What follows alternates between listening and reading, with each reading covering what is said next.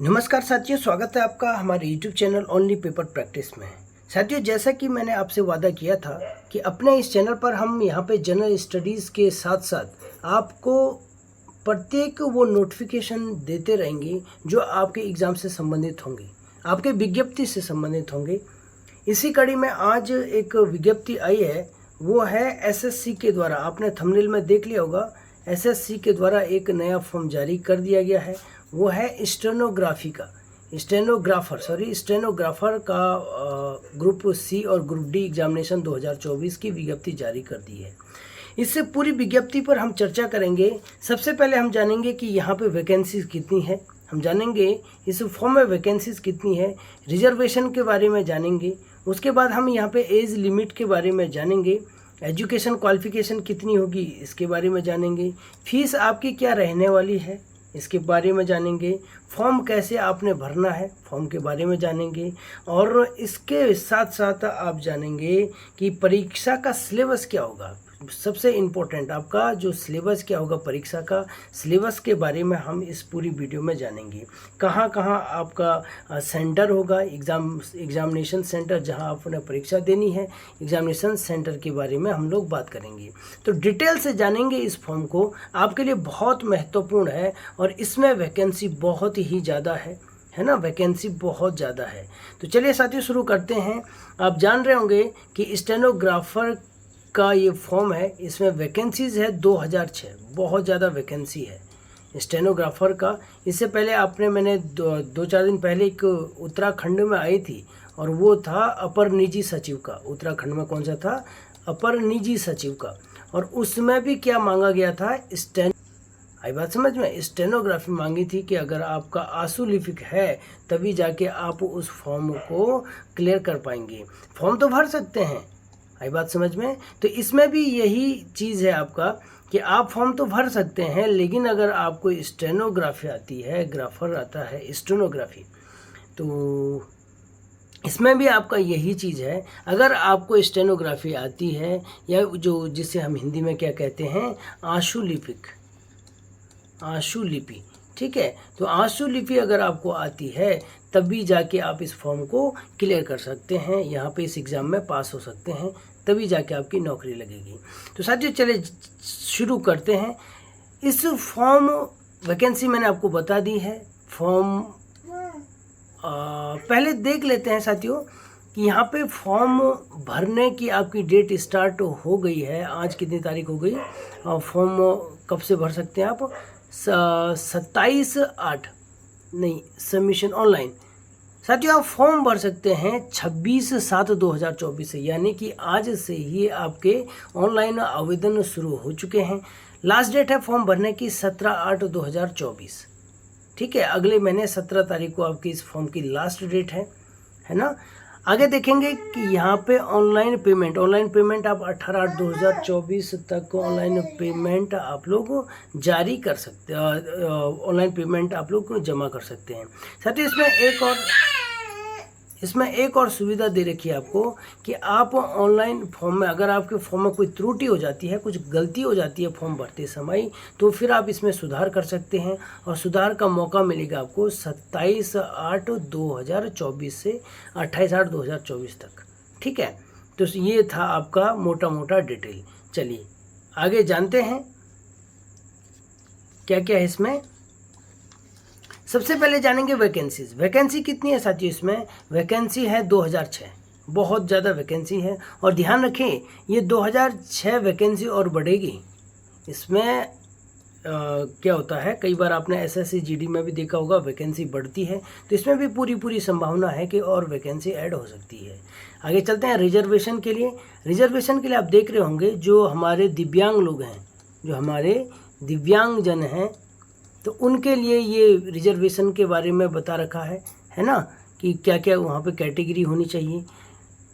इसके अलावा रिजर्वेशन में जो आपका मिलता ही है, एससी है, एसटी है, ओबीसी है ना, तो ये ईडब्ल्यूएस है, आपका पीएच है, ये सब यहाँ पे कैटेगरी रिजर्वेशन जैसे ही आपको मिलता है, यहाँ पे भी आपको रिजर्वेशन मिलता रहेगा। उसके अलावा ये पीएच की मैंने जो बताया था, तो उन पीएच जो दिव्यांगजन लोग हैं उनको पता रहती है कि कैटेगरी क्या है। साथियों मैं ये वीडियो अभी लगभग 12:30 बजे बना रहा हूँ, है ना। तो आप लोगों के लिए हम कितना काम करते हैं, तो आप लोग भी चैनल को लाइक करिए, शेयर करिए, सब्सक्राइब करिए, और आने वाले किसी भी फॉर्म, कोई भी फॉर्म खुलती है तो सबसे पहले नोटिफिकेशन आपको हम लोग देंगे, जारी करेंगे। तो ये आपका PH के बारे में हो गया।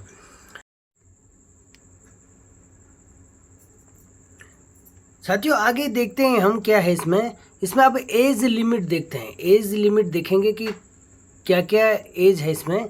अच्छा, जो जनरल कैटेगरी के जो छात्र होंगे उनको stenographer group C, grade C के लिए 18 से 30 वर्ष, 18 से, अगर 18 साल आपकी हो गई तो आप फॉर्म भर सकते हैं, और 30 वर्ष से ज़्यादा नहीं होनी चाहिए।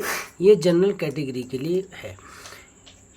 जो एज की गणना की जाएगी यहाँ पे, जैसे एज हम कैसे पता लगाएंगे कि हमें 18 से 30 के बीच में है, तो यहाँ पे ये दे रखा है इसने 2/8/1994 से 2/8/1994 से 1/8/2024 के बीच आपकी ये गणना होगी, ठीक है।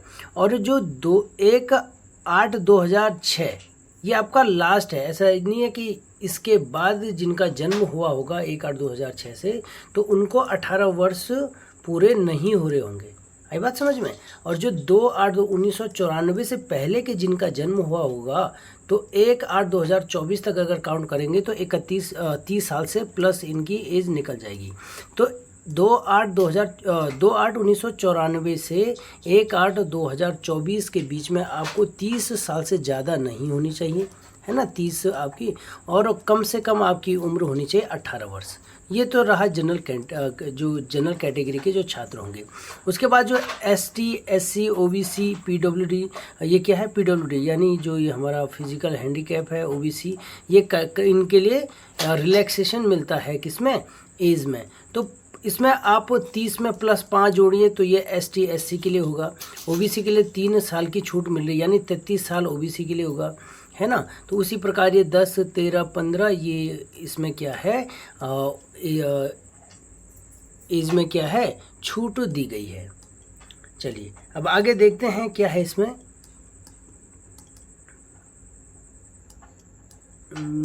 आगे क्या है, सर्टिफिकेट के बारे में तो आप जानते होंगे। आपका जो सर्टिफिकेट है अंतिम डेट तक, उससे पहले जो फॉर्म भरने की अंतिम डेट है उससे पहले आपके सारे डॉक्यूमेंट्स क्लियर हो जाने चाहिए, मतलब बन जाने चाहिए, है ना। तो ये तो आपका सर्टिफिकेट है। अब यहाँ पे है एजुकेशन क्वालिफिकेशन, बहुत इंपॉर्टेंट है साथियों। ये एजुकेशन क्वालिफिकेशन बहुत इंपॉर्टेंट है ना। तो एजुकेशन क्वालिफिकेशन है, इसमें कैंडिडेट मस्ट है पास to 12th pass, 12th standard है यहाँ पे, है ना। अगर आप 12वीं पास हैं तो, और उसके समकक्ष, तो कम से कम 12वीं पास आपको होना चाहिए, तभी जाके आप ये ग्रुप सी और ग्रुप डी यानी इस फॉर्म को आप भर सकते हैं, ठीक है। तो ये तो हो गया आपका एजुकेशन क्वालिफिकेशन के बारे में। साथियों देखिए कितनी इस रात को हम लोग आपके लिए वीडियो बना रहे हैं, तो बस चैनल को लाइक शेयर सब्सक्राइब तो कर ही सकते हैं आप लोग, है ना। चलिए आगे देखेंगे क्या है। क्वालिफिकेशन हो गया। फीस देखेंगे क्या है इसमें। अच्छा, फीस बहुत इंपॉर्टेंट। फीस यहाँ पे मात्र 100 रुपये है। देखिए मात्र 100 रुपये आपका क्या है यहाँ पे फीस है, और वो किसके लिए है, वो भी केवल मेल के लिए, जनरल मेल के लिए है। ये मेरे ख्याल से जनरल और OBC के लिए है। जनरल OBC मेल के लिए ही यहाँ पे फीस है 100 रुपये। बाकी जो वुमेन कैंडिडेट्स हैं, या फिर आपके SC ST, और ये क्या है EWS के लिए भी 100 है, क्योंकि EWS का नहीं दे रखा इसमें, है ना। तो आपका जनरल कैंडिडेट हो गया, जनरल, EWS और OBC, इनके लिए तो 100 रुपये है, लड़कों के लिए है ये, और बाकी सबके लिए फ्री ऑफ कॉस्ट, है ना। कोई पैसा नहीं है भाई, फीस नहीं है। तो बहुत अच्छी सुविधा है भाई SSC में, है ना। अच्छा, एक सबसे महत्वपूर्ण क्या है इसमें, इम्पोर्टेंट क्या है कि अगर आपने फॉर्म गलत भर दिया है और 27/8 से 28/8 तक आपको फॉर्म क्या कर सकते हैं, आप करेक्शन कर सकते हैं अपने फॉर्म में। आप अपने फॉर्म में करेक्शन कर सकते हैं, लेकिन पहली बार करेक्शन करने में आपको 200 रुपये चार्ज देना होगा, और वो सबके लिए है, उसके लिए कोई आरक्षण की कोई व्यवस्था नहीं है। और अगर आप दोबारा फिर से फॉर्म में करेक्शन करते हैं, सबमिट करते हैं, तो आपको 500 रुपये फीस देना पड़ेगा। तो साथियों पहली बार में ही पूरी डिटेल पढ़ के अच्छे से आप लोग फॉर्म भर दें, अच्छे से आप लोग फॉर्म भर दें पहली बार में ही। तो साथियों ये तो था आपका कौन सा के करेक्शन के संबंध में। तो आप जो भी फॉर्म भरेंगे तो पहले ही चांस में आपको अच्छे से फॉर्म भरना है, ठीक है। अब यहाँ पे क्या है, सेंटर ऑफ एग्जामिनेशन सेंटर ये आपका दे रखा है कि कहाँ कहाँ आप एग्जामिनेशन सेंटर आप परीक्षा देना चाह रहे हैं। तो ये आपके हो गए एग्ज़ाम सेंटर के बारे में दे रखा है, ठीक है। तो ये आपका हो गया एग्ज़ाम सेंटर के बारे में। ये क्या हो गया, एग्ज़ाम सेंटर के बारे में ये दे रखा है। अब बहुत इंपॉर्टेंट है कि सिलेबस क्या रहेगा इसका। साथियों देखेंगे इसका सिलेबस क्या रहेगा, एग्जामिनेशन जो शेड्यूल है, ठीक है। तो अब देखेंगे जब पहला जो पेपर होगा आपका वो होगा आपका कितने नंबर का, 200 नंबर का पेपर होगा, 2 घंटे आपको मिलेंगे। उसमें आपके मेन 3 चीज़ें पूछी जाएगी। एक है जनरल इंटेलिजेंस एंड रीजनिंग, जो रीजनिंग का एक पेपर होगा, 50 क्वेश्चन होंगे और 50 नंबर का रीजनिंग के आएंगे, आपके प्रश्न आएंगे। उसके बाद जनरल अवेयरनेस, ठीक है, जनरल अवेयरनेस आएगा आपका 50 नंबर का जो जनरल जीके वगैरह आता है, और 50 क्वेश्चन 50 नंबर का जनरल अवेयरनेस आएगा। उसके बाद आएगा आपका इंग्लिश लैंग्वेज एंड कम्प्रीहेंशन, ये 100 प्रश्न होंगे, 100 नंबर का होगा, ठीक है। तो कुल मिला के 200 नंबर का आपका पेपर होगा और 2 घंटे का, ठीक है, 2 घंटे का पेपर होगा, 200 नंबर का, और 200 क्वेश्चन होंगे, ठीक है। तो साथियों ये था एग्ज़ाम का शेड्यूल। अच्छा कौन कौन भर सकते हैं इसको सभी लोग भर सकते हैं जिसने 12th पास, अब वो चाहे किसी भी स्टेट से हो, चाहे उत्तराखंड से है, चाहे बिहार से है, चाहे तमिलनाडु से है ना। तो कोई भी इसको फॉर्म को फिलअप कर सकता है। पूरे भारतवर्ष के लिए है भाई, ये एसएससी के द्वारा जो भी फॉर्म फिलअप करते हैं वो सभी के लिए होता है, ठीक है। तो ये सेंट्रल गवर्नमेंट की पोस्टें हैं। जैसे राज्यों में होता है ना कि जैसे उत्तराखंड राज्य में ग्रुप सी के फॉर्म खुल गए तो केवल उत्तराखंड का ही भर सकता है, तो ऐसा यहाँ नहीं है, यहाँ सभी लोग इस फॉर्म को भर सकते हैं। साथ ही इसमें ज़रूरी है कि आपको स्टेनो आना चाहिए, जो आशुलिपिक होता है तो स्टेनो आपको आना चाहिए। जब आपका यहाँ पे ये ऑब्जेक्टिव जो पहला पेपर हो जाएगा उसके बाद आपका स्टेनो का टेस्ट होगा, ठीक है साथियों, स्टेनो का टेस्ट होगा। और स्टेनो के टेस्ट के लिए ये चीज़ें आपको, स्टेनो ग्रुप डी के लिए ये इंग्लिश का है ना, 50 वर्ड दे रखा है यहाँ पे, उसके पर मिनट के हिसाब से होगा ये। उसी ये है स्टेनो ग्रुप डी हिंदी, उसमें केवल हिंदी वाला भी है, स्टेनो ग्रुप सी केवल इंग्लिश और स्टेनो ग्रुप सी हिंदी वाला। तो यहाँ पे अब यहाँ पे बहुत इम्पोर्टेंट क्या दे रखा है साथियों, यहाँ पे अगर आपने किसी के लिए भी अगर हिंदी चुना है, आपने केवल हिंदी चुना है और हिंदी में आप स्टेनो में पास भी हो जाते हैं, तो जिस भी जगह आप लोग जाएंगे, जिस डिपार्टमेंट में आपकी जॉब लगेगी, तो उस डिपार्टमेंट आपसे